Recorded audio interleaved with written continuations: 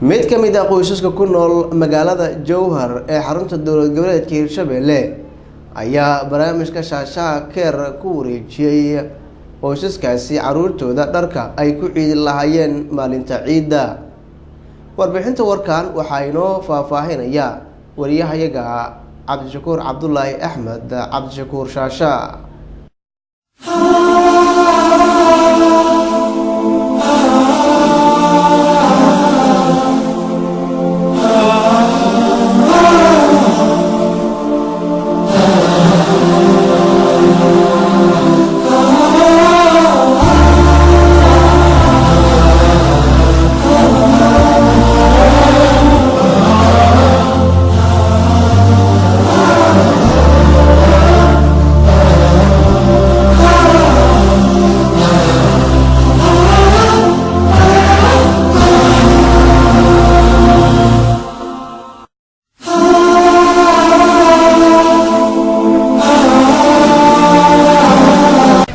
بسم الله الرحمن الرحيم. السلام عليكم ورحمة الله تعالى وبركاته. وحن كسوغان هاي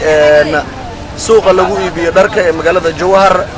وسحمدي سايا آدو بدن وحانا حلقان هويوينكا يقعمها وطان عرورتو دا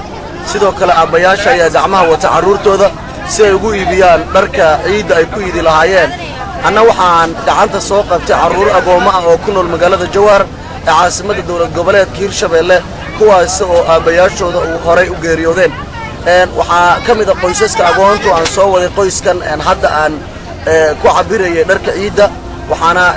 ciidani baxsaday walaal Soomaaliyeed oo magaciisa ku soo koobay Ibrahim kaasi oo ka farxiyay qoyskan agoonta ah oo dharka ciida u iibiyay cunuga ugu yar ilaa hooyada dhashay oo markaas ay ku tukan doonto hadii Rabbi raalli ka noqdo salaada ciida. barnaamijka Shaashaha Keer ayaa barnaamij inta badan caawiya dadka danta yar waana barnaamij loogu adeego ummadda kuwada jilcan waxa uu barnaamijkan qabtaa ama aruuriya sadaqaadka ay baxsadaan walaalaha islaamka waxaana uu ku bixiyaa meelaha ay ku haboon tahay sida dhismaha dugsi quraanka masaajidada iyo waliba sadaqaadka dadka xanuunada kala duwan la ildaran iyo waliba agoomaha. haddaba walaalaha muslimiinta ee ku nool dunida waxa barnaamijkan ugu baaqayaa maalmaha ka dhiman bisha ciida inay caawiyaan agoonta Soomaaliyeed meel walbo ay joogaan gaar ahaan kuwa ku nool magaalada Jowhar iyagu u soo marinaya barnaamijka Shaashaha Keer. qaar kamid ah waalidiintii ama maamadii dhashay caruurtan agoonta ah oo qudheeda faraxsan oo dharkay ku iidi lahayd loo iibiyay iyo caruurteeda ayaa la hadashay Africa Cable waxaana ay sharaxaad ka bixisay barnaamijka Shaashaha Keer sida uu soo gaarsiiyay dharkan ciida ah. ما قرقوا عليه وقدوا دفع إيده أنا عليه دفع إيده ووضع هاسنا إني الميجو درع عن قاطي وأنت قرقر يقرب السهر أنا ليسي وأنك إيدست وأنك دكلا ليسي إلما قرقوا عليه وقدوا أنت جسكال dhanka kale caruurta iyana maanta ciiday ayaan kala sheekaystay qaabka ugu faraxsan yihiin dharkan ciida uu iibiyay walaal Ibrahim oo kamid ah walaalaha muslimiinta ee ku nool dunida. magaca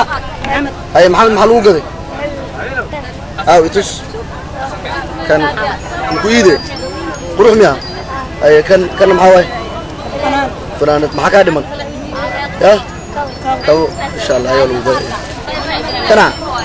يا مكويدة مو هاي هذا مسؤول. عبد الشكور شاشة أفريقيا كيبل TV جوهر.